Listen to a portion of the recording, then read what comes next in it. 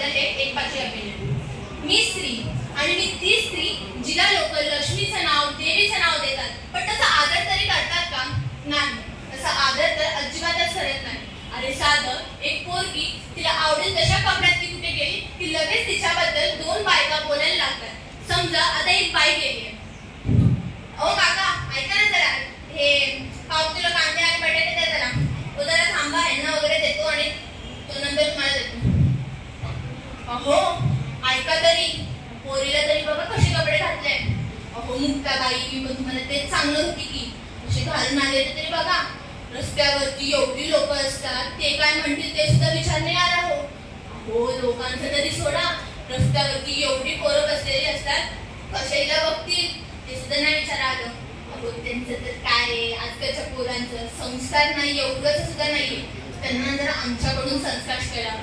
अशा या बायका तिच्याबद्दल वाईट बोलतात, तिच्याबद्दल टीका काढतात. आता हे सुद्धा मान्य आहे की मुलींनी सुद्धा खूप काही अंग प्रदर्शन करू नये, पण आता काही साधे कपडे सुद्धा नाही घालायचे. आणि ह्या सांगतात की ह्यांच्याकडून की आम्हाला ह्यांच्याकडून शिकायला पाहिजे संस्कार. पण ह्यांच्या मुलांना तरी ह्यांनी संस्कार दाखवले. अरे यांची पोरं कशी करतात माहितीये? ए मानिया कैसा है बिटू, ए काकिया मस्त मस्त अपंटी, अरे किधर था तू इतने दिन से, मिला नहीं?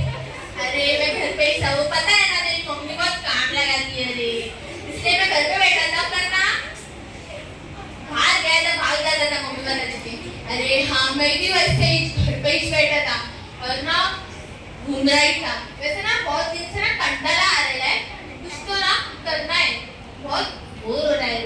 हाँ रे वही, मुझे भी बहुत बोर हो रहा है. देखो देखो लड़की जा रही है. ओए क्या रे हसीना किधर जा रही है? अरे चुप ना तू, क्यों कर रहे है उसको, जाने ना उसको. अरे तू चुप ना, अभी तो पढ़ रहा था, टाइम पास के लिए कुछ तो चाहिए, अभी छेड़ना उसको. अरे किधर जा रही है इतना जल्दी के? अरे अरे चली गई, देखा पागल. असे यांची पोरं संस्कार दाखवतात. अरे हे तरी सोडा आजकालच्या लोकांचे विचार.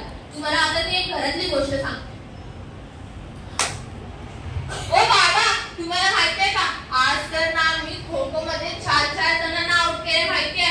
एवढं भारी खेळलं ना, माहिती नाही मी एकदम इंटरनॅशनल प्लेयर. बरोबर समजलं.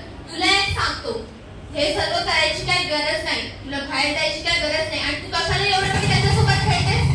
आई तू मुलीची लाट आहेस, घरात बस. आणि म्हणूनच ना तुला शिक्षण पण कमी झालं आहे. तू याच गोष्टीमुळे अभ्यास सुद्धा करत नाही. अरे अभ्यासाकडे लक्ष दे, नाहीतर आता तसं पण तुझं कॉलेज झालंच आहे, आता तुझं लग्नच करून देणार. आणि मुलीची जातच तशी असते, घराची सर्व कामं करायची आणि संसार सांभाळायचा.